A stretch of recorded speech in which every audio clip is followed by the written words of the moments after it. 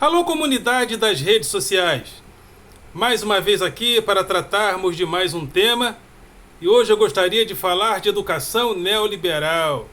Tivemos várias reuniões durante essa última semana a respeito dos caminhos da educação baseada na base comum curricular, nesses anseios de que a educação técnica esteja também na escola pública e sobre o empreendedorismo, nós incentivarmos os nossos alunos a serem empreendedores.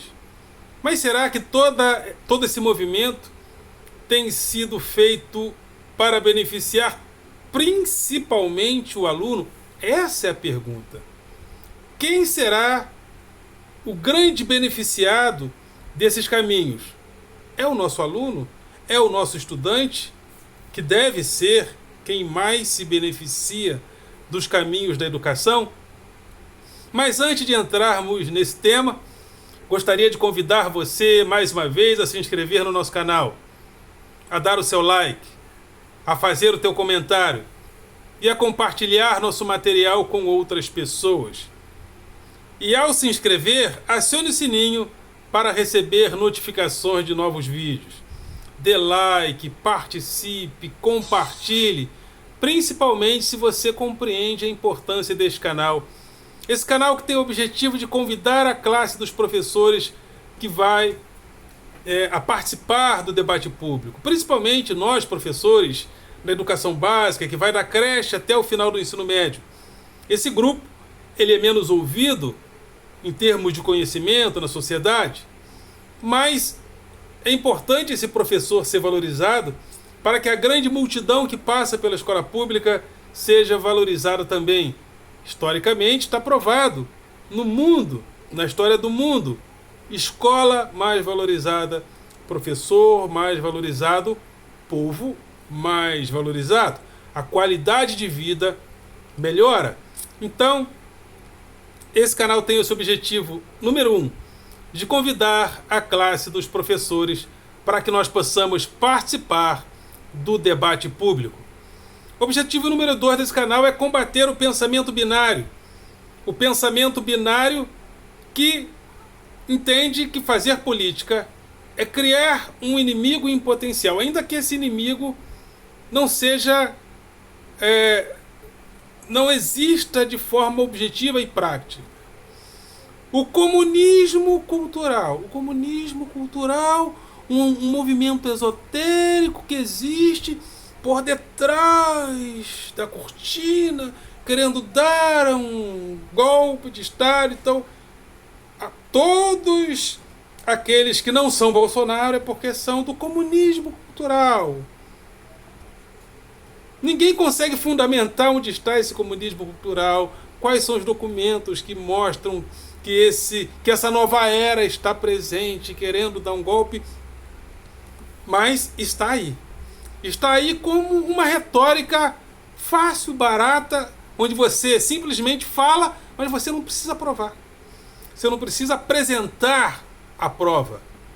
E fica esse discurso barato em torno do pensamento binário. E o pensamento binário tem criado várias teorias da conspiração. Então, até se você diz que a Terra é redonda, é porque você faz parte de um movimento que está dentro da Matrix. Para estar fora da Matrix, você tem que falar uma coisa que esteja fora da Matrix, ainda que ela seja um absurdo. Ainda que você diga que a Terra é plana, você fala que a Terra é plana porque você está fora da Matrix. Você não se dobra ao sistema, que é o sistema que diz que a Terra é redonda. Então, são argumentações, construções de um pensamento binário que não tem nenhuma fundamentação em coisíssima nenhuma. Então, um dos objetivos deste canal é combater esse pensamento binário. Tem também meu grupo de Facebook, Filosofia com Eldon Rosa Masson, e também meu blog através do endereço rosamasson.blogspot.com. Rosa Masson sempre com 2 S e tudo junto. Então vamos ao tema de hoje, educação neoliberal. Temos no Brasil nós estamos sendo encaminhados para um tipo de educação neoliberal. E a base comum curricular tem sido colocada, sobretudo aqui no Rio de Janeiro, como uma base que será comum a todos, com as matérias principalmente de português, matemática, linguagem. Então, a base comum dará uma formação básica a todos, todos deverão passar por certas matérias, mas também a educação técnica, o ensino técnico deve chegar respeitando o potencial de cada lugar, de cada região. E o aluno será também incentivado ao empreendedorismo. Isso me gera algumas inquietações, principalmente se nós hoje percebermos a maneira como nós estamos sendo conduzidos em termos de desenvolvimento, porque a educação deve estar diretamente relacionada à nossa forma de desenvolvimento. Só que no nosso desenvolvimento, a educação básica, ela quase nunca está presente. Mas vamos começar pelo empreendedorismo. Começa a suar, começa a falar com vocês, começa a suar. Vamos começar pelo empreendedorismo. Byung-Chul Han, um filósofo coreano, sul-coreano, tem falado a respeito dessa ideia hoje que nós temos em torno da liberdade, em prol da liberdade. Somos uma sociedade da liberdade, evidentemente, e essa liberdade tem proposto que nós sejamos empreendedores de nós mesmos. Então, se você não vence, se você não consegue chegar a um lugar considerado de sucesso, a culpa é sua. Você não foi suficientemente capaz, você não se reinventou, então a culpa é sua. Então, de uma certa forma, isso tem trazido uma pressão muito grande para certas pessoas. Byung-Chul Han coloca isso também como um dos motivos da depressão, que tem sido um dos males mais psicológicos, mais presentes nesses dias. E, enfim, então essa ideia de que você é empresário e deve ser empresário de si mesmo tem trazido problemáticas. Não que nós não possamos ser gerenciadores de nós mesmos, mas a partir do momento que isso se torna uma coisa exagerada, isso pode levar a excessos da própria liberdade. Porque quando a gente fala de liberdade, a gente pensa que a liberdade é sempre boa. Todos os governos, praticamente todos os governos ditatoriais e totalitários do passado sempre falavam em nome da liberdade. As ditaduras do Comunismo Sul falavam em nome da liberdade. Vamos nos libertar contra a ameaça comunista. Se a gente pesquisar bem, o próprio nazismo falava em nome da liberdade. Então, esse falar em nome da liberdade, que hoje inclusive está presente no governo Bolsonaro, você deve ser livre para sair de casa e você deve ser livre inclusive para peitar o vírus, para se contaminar e espalhar patógenos. Ou seja, é a liberdade a qualquer preço, a qualquer custo. Só que a liberdade é boa sempre? Ou a liberdade deve ser sustentável? Porque liberdade sem sustentabilidade da mesma, eu acho que é uma liberdade fracassada. É por isso que os filósofos do passado, como Hobbes, propôs o contratualismo. O homem é lobo do homem, então deve haver um Estado, um Leviatã, projetado pela sociedade para que Leviatã possa controlar os ímpetos da liberdade. O próprio livro Contrato Social de Jean-Jacques Rousseau propunha que a liberdade precisa também fazer parte de limites propostos pelo contratualismo. porque a liberdade não pode ser largada a si mesmo sem que um contrato social seja firmado para que ela seja controlada. Então, Rousseau propôs a presença do Estado para que parte da nossa liberdade pudesse ser controlada, pudesse ser limitada pela presença do Estado, que é o contrato social por excelência que controla os ímpetos da liberdade. Temos, por exemplo, uma Constituição. Por mais que sejamos livres, a Constituição democrática que temos propõe limites à liberdade. Então, se a vida é o bem maior, uma pessoa não pode, penso eu, e em torno do bom senso, sair espalhando patógenos em nome da liberdade.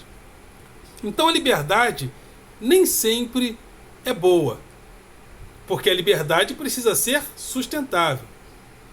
E ela é sustentável também através de pode ser sustentável através de um contratualismo social mínimo.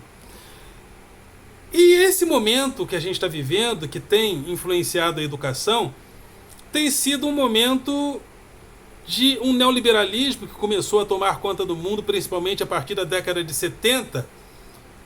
Só que esse neoliberalismo não tem se sustentado mais.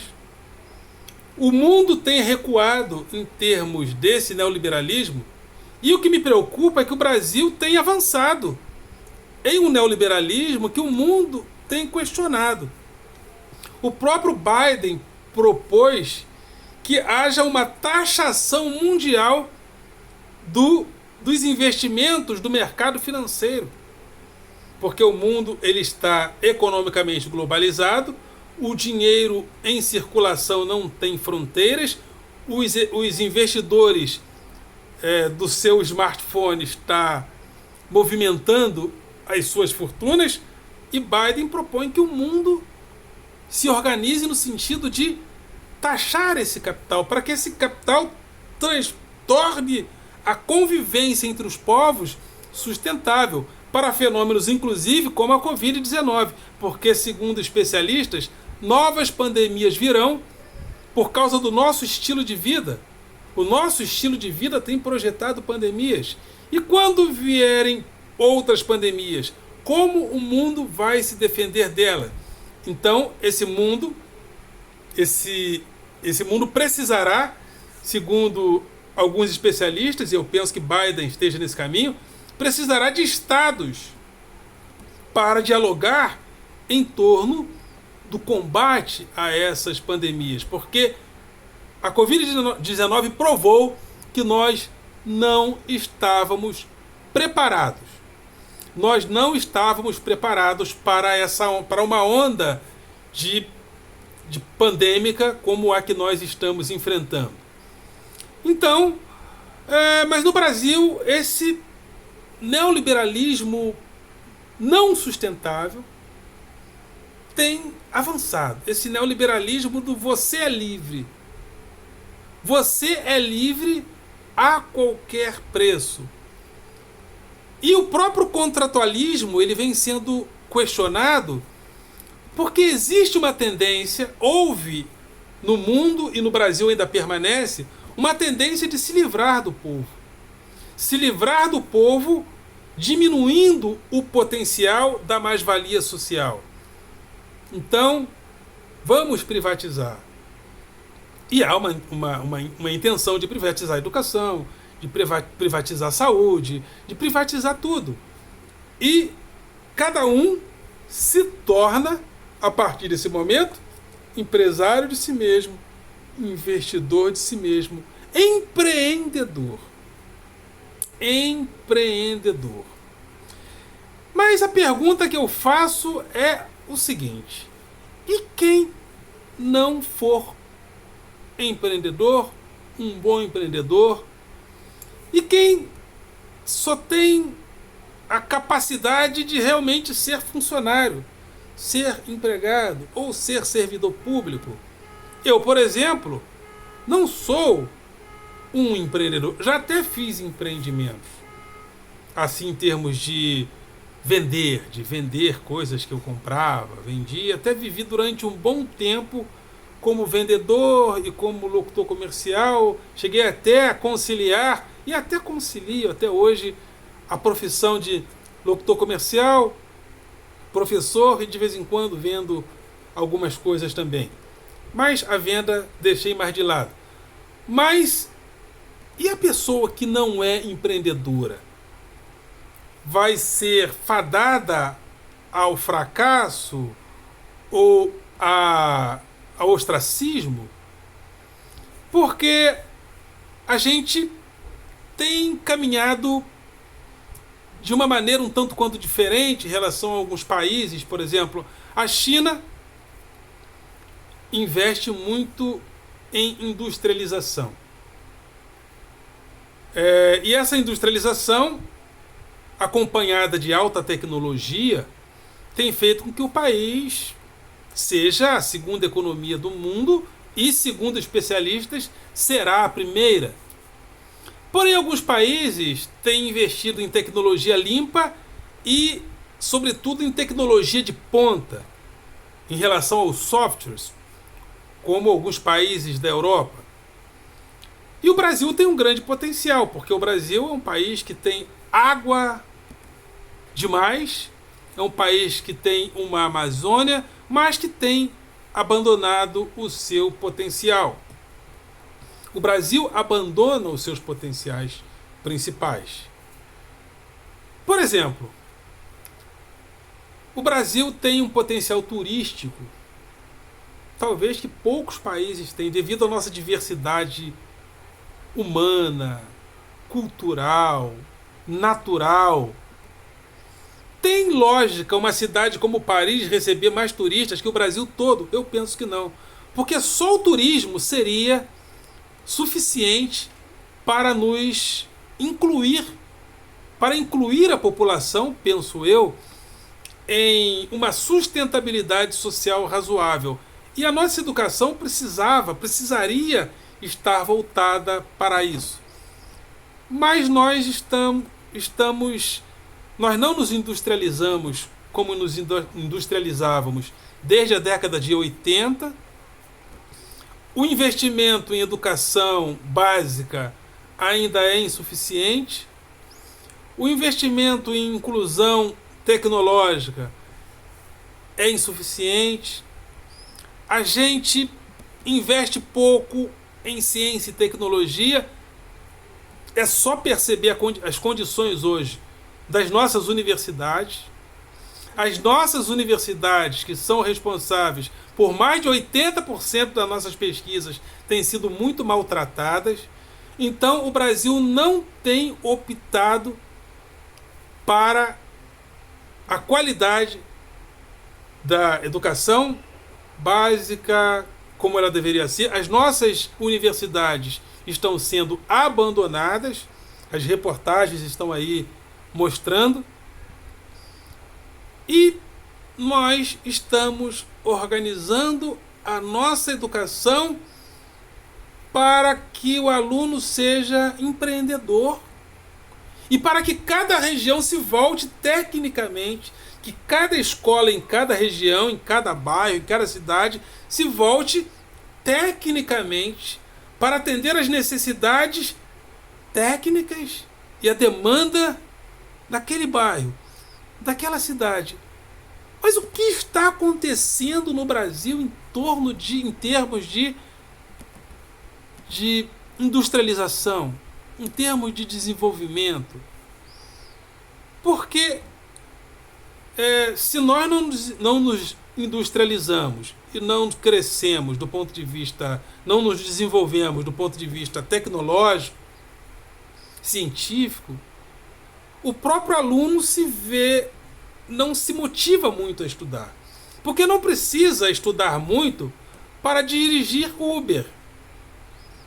Não precisa estudar demais para aprender a ser manicure ou a ser cabeleireiro.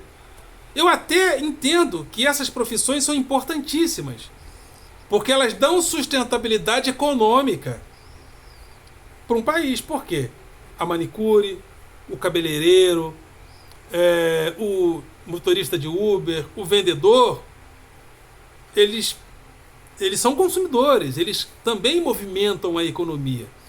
Então é importante que essas pessoas estejam presentes e talvez a própria escola pode sim dar sustentabilidade para que essas pessoas continuem se aperfeiçoando nessas profissões.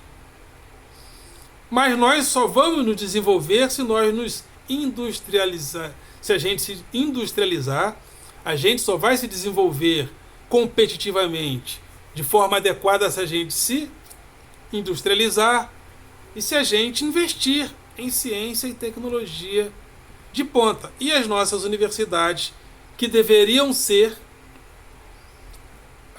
as grandes porta-vozes desse desenvolvimento, estão sendo literalmente abandonadas, sobretudo por esse governo. Então eu estou aqui expondo a minha perplexidade diante dessa discussão sobre educação, que terá que ter uma base comum, uma educação técnica e tecnológica voltada para as necessidades de cada região, de cada cidade. E, sobretudo, o aluno deve agora ser empreendedor. Empreendedor. Sobretudo empreendedor. Mas esse empreendedor...